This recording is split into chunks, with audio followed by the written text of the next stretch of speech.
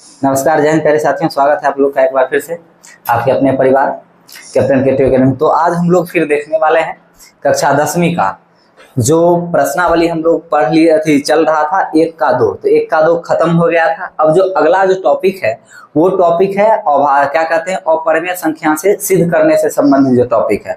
तो आप सबसे पहले आप लोग जानते होंगे, हम शुरू में ही पढ़ाए थे कि अपरिमेय संख्या किसको कहते हैं। तो जिसको P बटा Q के रूप में लिखना संभव नहीं रहता, उसको हम लोग क्या कहते हैं, अपरिमेय संख्या कहते हैं। तो उसी अपरिमेय संख्या को लेकर के एक प्रश्न बनता है आप लोग से, मतलब प्रश्न बोर्ड पूछता है कि अपरिमेय संख्या कैसे सिद्ध करें, √5 सिद्ध करें, √3 एक अपरिमेय संख्या कैसे इसको सिद्ध करें। तो इस टाइप से प्रश्न आपके पूछे जाते हैं। तो इस प्रश्न को सिद्ध करने से पहले एक प्रमेय है, ठीक है, जो सिद्ध किया हुआ कथन पहले से, उस पर हम लोग सबसे पहले कथन क्या है, ठीक है, हम लोग एक कथन लिखेंगे। ये कथन कहता है कि यदि a एक धनात्मक पूर्णांक है, क्या हो, यदि a एक धनात्मक पूर्णांक हो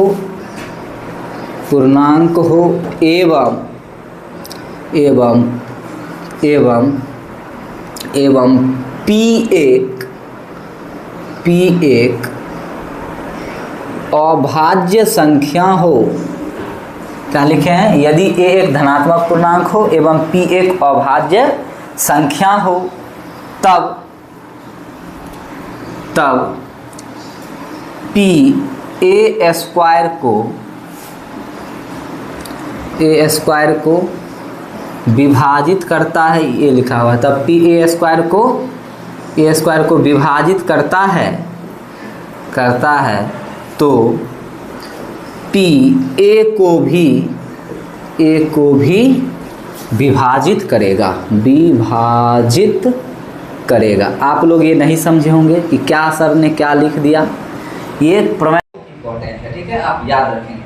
तो बोल रहा है कि यदि a एक धनात्मक पूर्णांक को, मान लेते हैं कि a क्या है, कोई धनात्मक पूर्णांक 1 2 3 4 5 प्लस में होना चाहिए, ठीक है, और P एक अभाज्य संख्या, तब P जो है a स्क्वायर को विभाजित करता है, तो P जो है a को भी विभाजित करेगा। मान लीजिए कि 5 है और 5 का स्क्वायर, ठीक, 5 और 5 का स्क्वायर को कोई ऐसी संख्या जो विभाजित कर रही है, मान लीजिए 5 ही विभाजित कर रही है, हम मान रहे हैं अभी, ठीक है, या 20 तो अभाज्य संख्या नहीं है, ये अभाज्य, क्योंकि P एक अभाज्य, ऊपर में जो है वो अभाज्य संख्या रहना चाहिए और नीचे जो है मतलब P भी एक अभाज्य रहना चाहिए और ऊपर में भी जो है दोनों कटने वाला रहना चाहिए। तो यहाँ देखिए P स्क्वायर, P की जगह पर a की जगह पर कुछ भी कोई भी संख्या आ सकता है, एक धनात्मक पूर्णांक है तो उसके जगह पर कोई भी, उसका स्क्वायर अगर 5 विभाजित है तो क्या बताइए, 5 जो है 5 से विभाजित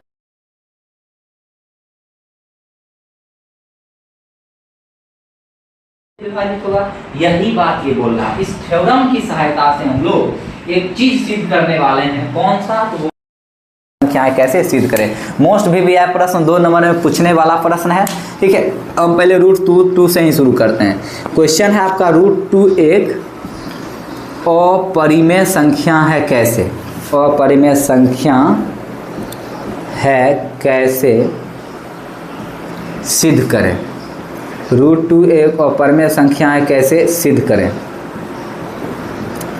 √2 एक अपरिमेय संख्या कैसे सिद्ध करें। ये 2 नंबर में आपका क्वेश्चन आता है, इसको गौर से समझेंगे। अब इसी प्रमेय की सहायता से इसको भी हम लोग सिद्ध करने वाले हैं। कैसे सिद्ध करने वाले हैं तो आप लोग देखेंगे कि √2 एक अपरिमेय संख्या कैसे सिद्ध करें। तो सबसे पहले हम लोग, अगर कोई बदमाश व्यक्ति है, उसको बदमाश है तो उसको बदमाश साबित करने के लिए हमको क्या करना पड़ेगा, पहले उसको शरीफ मानेंगे, ठीक है, शरीफ मानेंगे।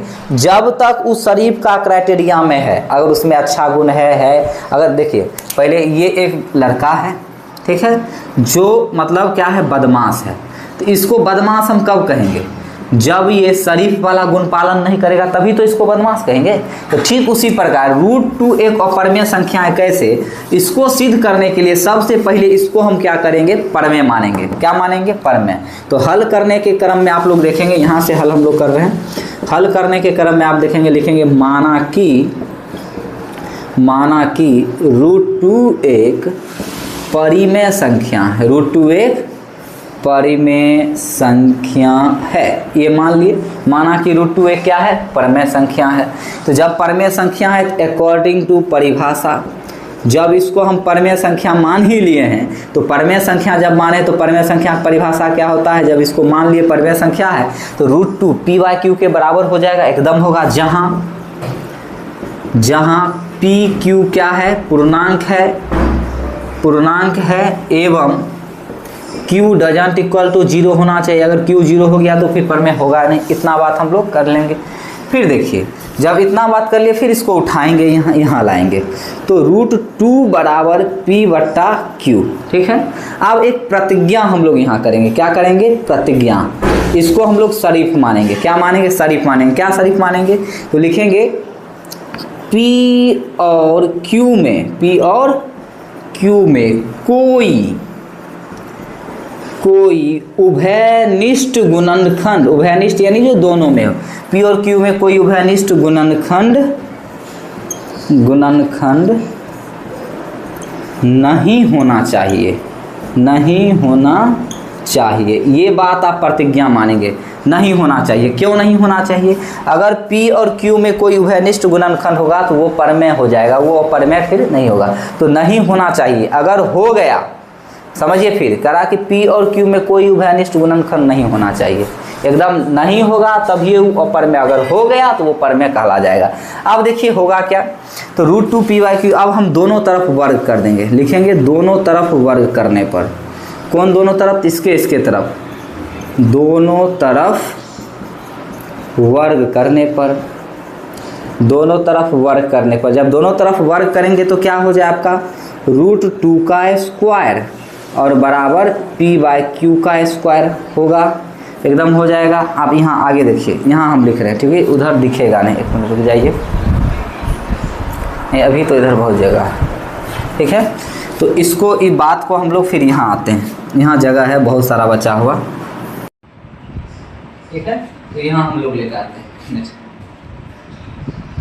और उधर बचा हुआ, चलिए नीचे भी दिख जाएगा। तो हम लोग क्या करेंगे, अब इसको जब हम स्क्वायर करेंगे, स्क्वायर से खत्म हो गया, 2 बचा, ये क्या बच गया, p² बट्टा q² बच गया।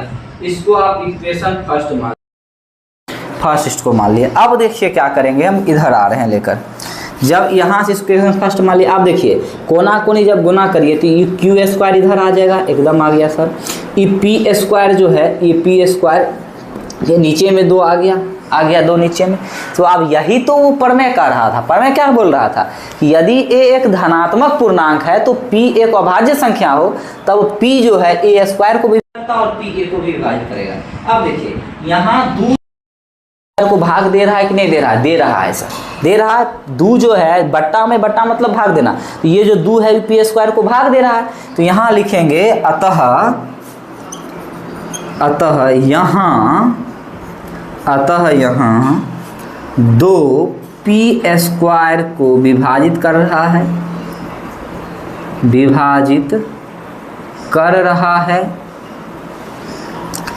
इसीलिए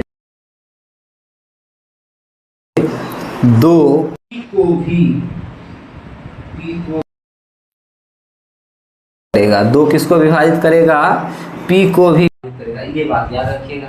अब ये हम क्यों लिखे सर, करना आएंगे, क्योंकि यहाँ देखिए, यहाँ 2 को उभयनिष्ठ गुणन आ जाएगा, एगो तो p वाला आ गया, q में भी 2 आ जाता है। तो वो जब 2 को उभयनिष्ठ गुणनखंड आ ही जाएगा तो वो तो परिमेय संख्या होगा नहीं। मतलब ये बोल दिया है ना कि p और q नहीं होना चाहिए, लेकिन यहाँ 2 को उभयनिष्ठ गुणनखंड आ जाएगा। जब नहीं आना चाहिए, आ गया तो परिमेय तब तो आया, वही बात हम लोग लिखेंगे। तो यहाँ p जो है, यहाँ 2 जो है p² को विभाजित कर रहा है, इसलिए 2 जो है वो p को भी विभाजित करेगा। पुनः क्या करेंगे, हम लोग क्या करेंगे, आप p बराबर 2m मान लीजिए, 2m माना, ये अपना मन से आप माने। क्यों मानेंगे, इसका रीजन आगे आपको पता चलेगा, ठीक है। एक मिनट रुक जाएंगे आप लोग।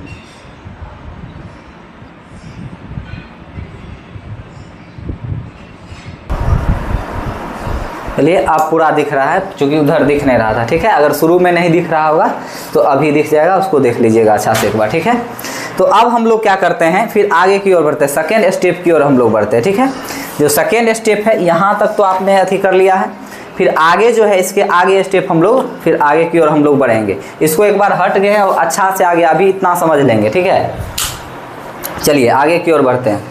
तो यहाँ तक हमने P बराबर 2m माना। अब देखिए, अब इससे ऊपर की क्रिया करेंगे। आप समीकरण फर्स्ट यहाँ जो है, यहाँ के बाद ऊपर हम लिख रहे हैं। ठीक है, आप लोग ऊपर देखेंगे और यहाँ के बाद जस्ट नीचे आप लोग स्टेप लिखेंगे, यहाँ हम लिखने रहे हैं। ठीक है, तो समीकरण फर्स्ट देखिए हमने क्या माना था फर्स्ट से। समीकरण फर्स्ट आपके पास क्या था हमारे पास, तो सर फर्स्ट था 2 बराबर P स्क्वायर बट्टा Q स्क्वायर, यही समीकरण फर्स्ट था हमारे पास। तो समीकरण फर्स्ट में हम क्या करेंगे, ये जो है पहले इसको उल्टा पुल्टा कर लीजिए, यहाँ पर गुना कर लेंगे तो ये हो जाएगा और ये आपका ये आ गया। अब देखिए क्या करेंगे फिर, ये यानी इसको हम इधर लिख सकते हैं P स्क्वायर बराबर Q स्क्वायर बट्टा 2 लिख सकते हैं, या इसको ऐसे अभी ऐसे ही रहने दिए। ठीक है, अब क्या करिए आप क्या करिए, P स्क्वायर की जगह पर हम क्या माने, P की जगह पर 2m माने हैं, तो P की जगह पर 2m हम लोग रख देंगे। जब P की जगह पर 2m रखेंगे तो ये क्या हो जाएगा, ये 2 बट्टा P की जगह पर अगर 2m रखिए तो क्या आ जाएगा 2m, यहाँ P को ले आते हैं, P को हम P स्क्वायर यहाँ ले आते हैं और 1 बट्टा Q स्क्वायर, कोई दिक्कत नहीं, कोना कोनी गुना होगा, बात वही चल जाएगा। अब इसको आप क्या करिए, यहाँ करिए। ठीक है, जब इसको यहाँ करेंगे तो क्या हो जाएगा, या अभी वहीं पर रहने दिए, यहाँ कर लिए, कोई भी अंतर नहीं है। अगर नहीं समझ में आ रहा है तो वहीं हम कर रहे हैं। तो 2 बराबर P की जगह पर अगर 2m रख देंगे, इसका होल स्क्वायर कर देंगे, चूँकि होल स्क्वायर पहले से ही ऊपर में था, खाली P की जगह पर 2m रखें।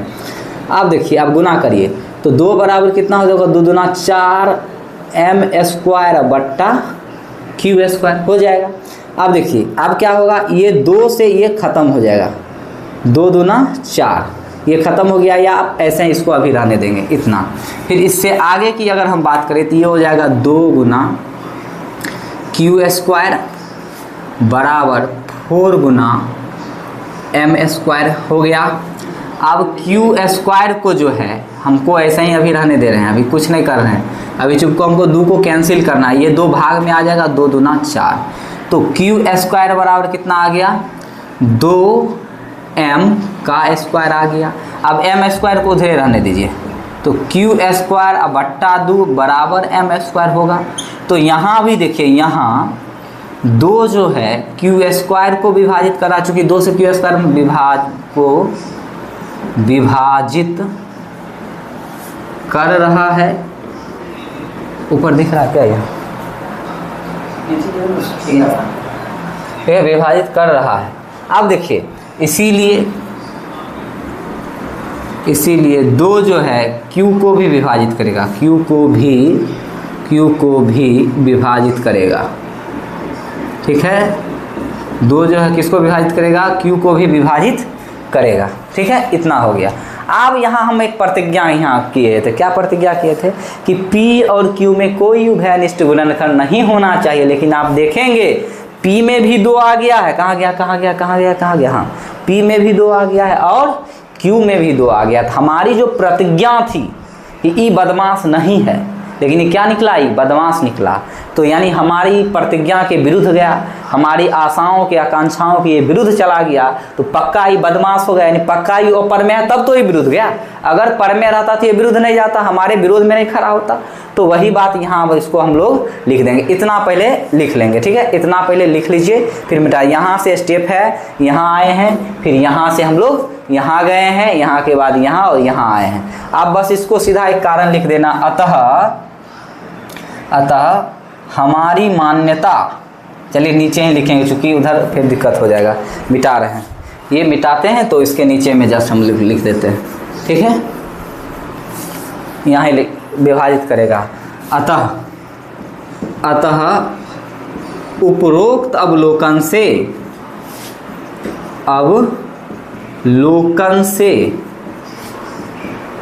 हमें मालूम होता है कि यहाँ 2 P और Q दोनों में है, दोनों में है, इसीलिए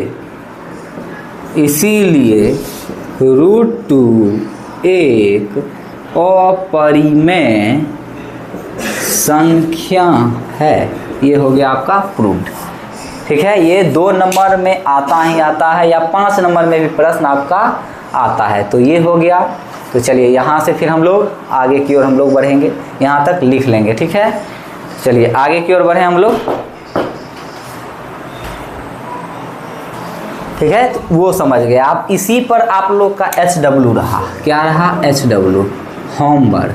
HW में आप √5 को सिद्ध करके लाएंगे, √3 को सिद्ध करके लाएंगे, √7 को सिद्ध करके लाएंगे। ये HW रहा, ये आपको सिद्ध करना है घर पर बैठे हुए। सेम टू सेम, जहाँ जहाँ हमने 2 रखा है वहाँ 5 आएगा। तो अगर 3 को सिद्ध करें तो वहाँ 3 आएगा, उसके बाद 7 को सिद्ध करें तो वहाँ 7 आएगा। सेम टू सेम प्रोसेस है, कुछ नहीं। बस जहाँ जहाँ 2 रखे थे वहाँ 5 रखेंगे, 3 रखेंगे, और जितना डिट्टो भाषा लिखा है वैसे वैसे उतार देना। बस खाली 2 को आप ध्यान रखना है। 2 के जगह पर 5 सिद्ध कर रहे हैं तो 5, 3 सिद्ध कर रहे हैं 3, 7 सिद्ध कर रहे हैं तो 7। ठीक है, ये रखेंगे। खुद से करने का कोशिश करिए। मैथ देखिए खुद से जब तक नहीं बनाइएगा, हम यहाँ सवाल कितना भी बता देंगे आपको नहीं आने वाला है। तो आप उसको खुद से प्रैक्टिस करने का चेष्टा करिएगा। ये कम से कम आप क्या कहते हैं, व्हाट्सएप नंबर, जो उस व्हाट्सएप नंबर पे बना के आप कॉपी हम चेक कर लेंगे, एक बार देख लेंगे हाँ बनाया है बच्चा। अब देखिए, अब इसी से संबंधित 2 नंबर में भी प्रश्न आते हैं। कैसे 2 नंबर में? तो आपसे ये प्रश्न पूछता है कि 3 + √2 एक अपरिमेय संख्या है। कैसे अपरिमेय संख्या है, कैसे आपको बताना है। ये भी क्वेश्चन 2 नंबर में। तो कुछ नहीं करना है, सीधा सिंपल सा बात है, हम मान लेंगे, इसको मनाएंगे। क्या करेंगे? माना कि 3 + √2 एक परिमेय संख्या। इसको बस उल्टा साबित कर लीजिए आप, परिमेय संख्या। जब इसको उल्टा मानेंगे तो क्या हो जाएगा? जब इसको उल्टा मान लिए तो इसको हम p/q के बराबर कर सकते हैं, चूँकि परिमेय के इसको हम बराबर माने। जहाँ आपको पता है क्या होना चाहिए, q = 0 होना चाहिए। ठीक है, जब ये बात हम लोग कर लिए तो आप यहाँ से देखेंगे इसमें वर्गमूल नहीं करना है। ठीक है, तो ये 3 को उधर लेके जाइए। जब 3 को उधर लेके जाएंगे तो p/q प्लस में उधर जाके माइनस में। तो फिर देखिए √2 और इधर q LCM हो गया, q से q कट गया, p आया, ये कट गया, इधर 3q आ गया, यानी p - 3q। तो आप एक बात बताइए, एक परिमेय संख्या और एक अपरिमेय संख्या, चूँकि हमको पहले से ही ज्ञात है √2 क्या है? अपरिमेय है। तो एक परिमेय संख्या एक अपरिमेय संख्या कभी भी बराबर हो सकता है? नहीं होगा सर। तो स्पष्टता जो ये था, ये अपरिमेय ही है। ठीक है, तो यहाँ लिखेंगे चूँकि एक परिमेय संख्या अपरिमेय के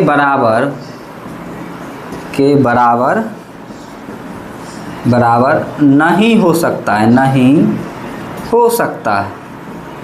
नहीं हो सकता है। इसीलिए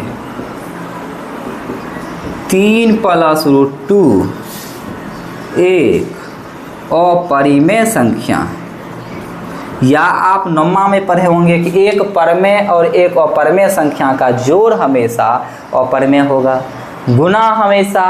आप देखिए, जैसे आप गुना परिमेय भी हो सकता है, एक परिमेय और एक अपरिमेय संख्या का गुना भी हमेशा अपरिमेय ही होगा। क्या होगा? हमेशा अपरिमेय होगा। ठीक है, याद रखेंगे। लेकिन एक अपरिमेय और एक अपरिमेय का गुना एक परिमेय हो जाएगा। जैसे कि अगर √2 मान लेते हैं, √2 वाला ये दोनों को गुना करेंगे तो क्या आ जाएगा? 2 आ जाएगा, तो वो परिमेय हो जाएगा। तो याद रखेंगे 0 भी परिमेय संख्या, नम्मा में पढ़े होंगे। क्यों? क्योंकि 0 के बट्टा में हम 1 लिख सकते हैं। तो जब ये नीचे वाला मेरा 0 सिर्फ नहीं होना चाहिए, ऊपर वाला कुछ छोड़े, 0 से लेना देना नहीं, नीचे वाला बस नहीं होना चाहिए।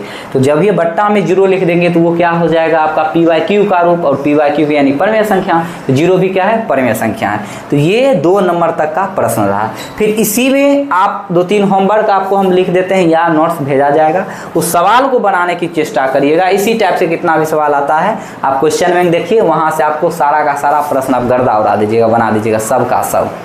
बात समझ में आया? फिर आगे की ओर हम लोग बढ़ते हैं। अब जो है अगला जो एक नियम है, उस नियम की ओर हम लोग चले। वो जो नियम है वो नियम क्या कहता है समझिएगा, वो नियम को सिर्फ अभी समझेंगे, ठीक है, उसको अगला क्लास में हम लोग पढ़ेंगे। वो नियम कहता है कि कोई भी संख्या जो है शांत दशमलव कब होगा, अशांत कब होगा। तो शांत और अशांत हम पिछले बेसिक में ही पढ़ा दिए आपको। शांत मतलब जो दशमलव के कुछ स्थानों के बाद जिसमें पूरा पूरा भाग लग जाए उसको शांत कहते हैं। अशांत किसको कहेंगे, तो जो दशमलव के कुछ स्थानों के बाद चलते रह जाए, वो रुकवे नहीं करे, वो कटवे नहीं करे, उसको क्या बोलेंगे, अशांत, यानी शांत होगा ही नहीं। तो हम लोग जो देखेंगे एक यहाँ पर प्रमेय स्थापित किया है कि कोई भी संख्या शांत कब होगा, तो जब उसका जो हर अंश बट्टा हर होता है, अंश बट्टा हर, ठीक है। अंश यानी ऊपरका को अंश और निचलका को क्या कहते हैं हम लोग, हर कहते हैं। अंश बट्टा हर, ठीक है, अंश बट्टा हर। तो हर जो है वो 2 की पावर n गुना 5 की पावर अगर n के m के रूप में अगर हर खंडित हो गया तो वो जो संख्या होगा वो परमेय संख्या शांत होगा। अगर इसके रूप में निचलका वाला नहीं आया तो वो क्या होगा, अशांत होगा। फिर से एक बार समझेंगे कि अंश बट्टा हर कोई संख्या है, अगर हर जो है हर अगर 2 का पावर n गुना 5 के पावर n के रूप में, यानी इसको गुणनखंड करिए, 20 को जब हम तोड़ेंगे गुना के रूप में तो देखिए 2 का पावर 2 और गुना 5 के पावर 1 के रूप में खंडित हो गया, तो पक्का ये जो है ये संख्या 3/20, ये हम अंदाज़ा लगा लेंगे कि क्या है भाई साहब, ये अपरिमेय है। क्या है ये, अति अपरिमेय, ये शांत है, नहीं परमान है। तो आप 20 से 30 में हम लोग भाग देखते हैं, तो 20 एकम 20, जीरो लगाएंगे तो 20 एकम 20 यानी 10, फिर है 10, फिर वो जीरो अपना मन से आ जाएगा, फिर 20 5 100। देखिए ये कट गया कि नहीं, कट गया ना, तो ये क्या है आपका शांत है। तो नीचा वाला को तोड़ेंगे, अगर नीचा वाला 2 का पावर n और 5 का पावर है, n और m मतलब कोई भी संख्या आ सकता है, अगर उसके रूप में है तो वो शांत होगा, इसके रूप में नहीं है तो वो अशांत होगा। ये चैप्टर का लास्ट है, इसको हम अगली क्लास में पढ़ेंगे, ठीक है। तो ये चैप्टर का लास्ट पॉइंट है, इस पे आधारित प्रश्न करेंगे, ठीक है। तो अच्छा से फिर शाम में हो सकता है तो लाइव आएँ। तो चलिए फिर मिलते हैं अगली क्लास में आप लोग से। धन्यवाद, जय हिंद।